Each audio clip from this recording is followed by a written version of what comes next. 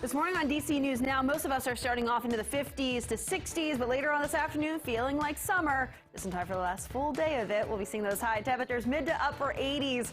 And looking ahead towards tomorrow, a little bit cooler, and then even cooler as we look ahead towards Friday. Friday certainly feeling like fall out there. I have more details coming up. Also coming up, Monument vandalized, how crews are planning to clean up after someone defaced one of DC's most iconic locations. And migrant crisis, the changes local leaders made to help those bused to different states. And Fiona's fury, where the hurricane is heading now after devastating Puerto Rico and the Dominican Republic.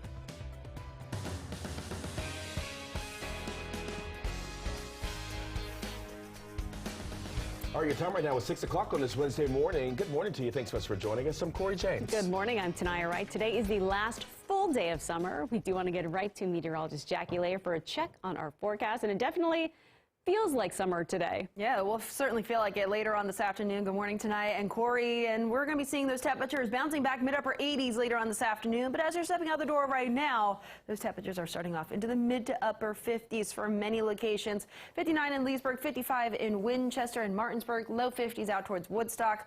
Right near 60 in Fredericksburg, we're still into the 60s up towards D.C. We're coming at 66. 60 in Hagerstown and mid-upper 50s to low 60s across southernmost parts of Maryland. And we're looking at satellite and radar, high pressure down towards our south and west. And we could even see a few of these clusters of showers and storms, but it looks like these will continue to at least fall apart as they approach parts of West Virginia and even parts of western Maryland later on this morning. Otherwise, keep an eye on this cold front. That cold front will bring us a chance for a few showers and maybe a few rumbles of thunder as we get ahead towards early tomorrow, and still an isolated chance for some showers as we get towards tomorrow afternoon. But the bulk of our day today will be dry, and we'll see those temperatures wearing back up upper 70s by about 11 a.m. By about 3 p.m., temperatures mid to upper 80s under a mix of sun and clouds later on today. Mid-upper 80s for many locations through the afternoon, and then tomorrow will be a little bit cooler than the day today as that cold front swings through. High temperature tomorrow. Many locations north and west of D.C. will be into the mid-upper 70s, but closer towards the 95 corridor, we'll be talking about temperatures into the 80s, and then even cooler as we get ahead towards Friday. More details of that 7 days coming up, but right now, toss it over to Shanika with the all-important traffic update. How's it looking out there? Well, not too bad on 66 headed east near Nutley Street. This is usually a work zone, and it is flowing just fine. Let's flip over to the maps to see 66, 95, and that mixing bowl overall in Northern Virginia. You can't complain right now. Now, looking at Maryland on that side, we had a few problems, and one did clear on that inner loop stretch that's coming out of Maryland and headed into Northern Virginia. But again, on that inner loop stretch, it did clear over the Wilson Bridge. Now, in Bowie, just watch for a crash off of 214 right near Devonwood Drive. And as time goes on, if it's still there, you're going to start to see delays build in that area. Something to just keep in mind. Then over to the Capitol Beltway again. We were talking about this crash on the inner loop. You're all in the green, as you can see. No worries or complaints at all. 95 looks good, and that top side, no problems. Thank you, Shanika. Breaking overnight, D.C. police are investigating a stabbing in Northeast. This all happened just before 1 o'clock this morning near the intersection of Benning Road and Oklahoma Avenue. Our contributor Larry Calhoun of D.C. Real-Time News sent us this video from the scene. As of right now, we don't know the victim's condition or have any information on a possible suspect. We will bring you the very latest on the investigation as we continue to learn more. Happening now, the National Park Service is working to clean off the Washington Monument after a man vandalized it with red paint last night. DC News Now's Lex Juarez is live at the National Mall this morning. Lex, what is the plan to get rid of the markings? Well, the National Park Service is figuring that out right now, but they say it could be weeks until it is completely removed. Now, the words that were painted on the on the monument are so foul that we actually had to blur out part of them. But the message basically says the government doesn't care about us or our problems. The MPS conservation team is on site this morning. They're going to be doing tests to decide exactly what they will use to get the paint off of the marble. Those tests will include checking the type of paint, the exact color, and how much there is. Marble is a very porous material, and it will absorb the paint, so we expect that this is likely to be multiple treatments over a couple or 3 weeks, but we do expect that it will ultimately be removed entirely. Now, something similar to this did happen at the Lincoln Memorial back in 2008, that time with green paint, and it took a couple of weeks and multiple treatments to remove. The National Mall spokesman says that that was the last time that vandalism of this size and scope happened here on the National Mall to any monuments, but that vandalism itself is not uncommon. Live at the National Mall, I'm Lex Juarez, DC News Now. All right, Lex, thank you. Your time right now at 6:05. Developing this morning. Yesterday, D.C. council members approved plans for an Office of Migrant Services just days after the governor of Texas sent 2 buses with migrants to the vice president's home. The district will spend $10 million to create this new office. They say it will provide immediate help and support to migrants. According to the Associated Press, 8,000 migrants have been bused from Texas to D.C. It gives the mayor the opportunity to really build it out and determine what needs there are. We're setting up an office to do that, which will have specialized services for them, caseworkers who understand the immigration process, supports transportation to appointments so that they can be following their path to legal immigration here in our country. And the Office of Migrant Services will help migrants with everything from food, housing, and legal services. Meantime, Mayor Bowser released a statement after funding was approved. She said in part, quote, D.C. is not a border town, but we will not stand by and let the actions of those who are trying to create instability for people seeking a better way of life, end quote.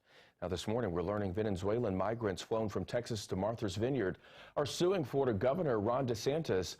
In a lawsuit filed Tuesday, migrants were allegedly told they were going to Boston or Washington and given $10 to go to McDonald's, but none of those trips happened. So far, DeSantis' office has not responded to the lawsuit.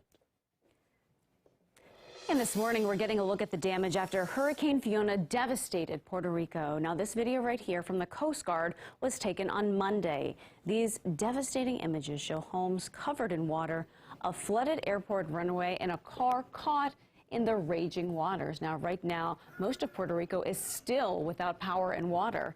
The Category 3 storm blasted Turks and Caicos on Tuesday. In Task Force 1, Maryland's elite urban and rescue team is now in Puerto Rico. The team was able to fly out of Baltimore yesterday. They are there to help victims devastated by the hurricane by rescuing people who are trapped inside of buildings. They are multidisciplined. By that I mean they have some physicians, medical personnel, of course, canine handlers. The personnel are trained in a variety of technical rescue, water rescue, search and rescue, of course, and they're multifaceted. Task Force 1 is one of 28 teams across the country FEMA deploys during natural disasters. And traffic cameras in the district could start issuing more than just fines. New legislation would create a point system that further punishes those repeat offenders. That legislation was introduced by Councilmember Christina Henderson. If passed, drivers would receive 1 point on their license for any moving violation caught by a traffic enforcement camera. That includes speeding as well as running a red light or a stop sign. Drivers would receive 2 points for any violation in a school zone. The goal is to stop dangerous driving, and while some people we spoke with support this, others do not think it'll make a difference. It just seems punitive and irrational. Doesn't seem like it's going to really change behavior, and it's just going to punish drivers and continue to fill the coffers of the D.C. government. Accumulating points would have consequences for drivers. Having 10 to 11 points could result in a suspended license, while 12 or more points could get it revoked entirely. Now, as of right now, it's not clear how quickly the council could discuss this proposal. And new this morning, Montgomery County is adding regulations for e-scooters. It is not clear when the new regulations will start, but the changes will require people living in the county to register electric scooters for personal use. Now, with this new law, no one under the age of 14 can ride a scooter faster than 15 miles per hour. And people with more than 2 scooters will have to pay a fleet fee. The bill also requires kids under the age of 18 to have helmets when riding. And in Northern Virginia, fake active shooter threats put a number of schools on lockdown this week. Northern Virginia Bureau reporter Max Marcilla has been tracking where those threats were made. This is the view from inside a Culpeper County classroom after a 911 caller said they were a student and dozens of people on campus had been shot by a machine gun. And while the barricades and response from the first responders may have been traumatizing for students, none of them were hurt. It was a hoax, and just one of many this week. 2 schools in Loudoun County plus 1 each in Arlington, Spotsylvania, and Fauquier counties are just some of the dozens across the Commonwealth hit by swatting this week. Investigators are now working to figure out the people responsible. There's been no indication if it was one person or a group of people or separate incidents, but if they're caught, they're in legal trouble. This section of the Virginia State Code says if anyone gives a false report to law enforcement with the intent to mislead the agency or with the intent to interfere in their operations, they could face a Class 1 misdemeanor. That's the most severe penalty short of a felony. The possibility of a year in jail, a fine of up to $2,500, or both. And there's also an ongoing investigation at Smarts Mills Middle School in Leesburg. Police say there were threats made in a group chat between students. No criminal charges have been filed at this time, but Leesburg police say there will be extra officers during school hours this week.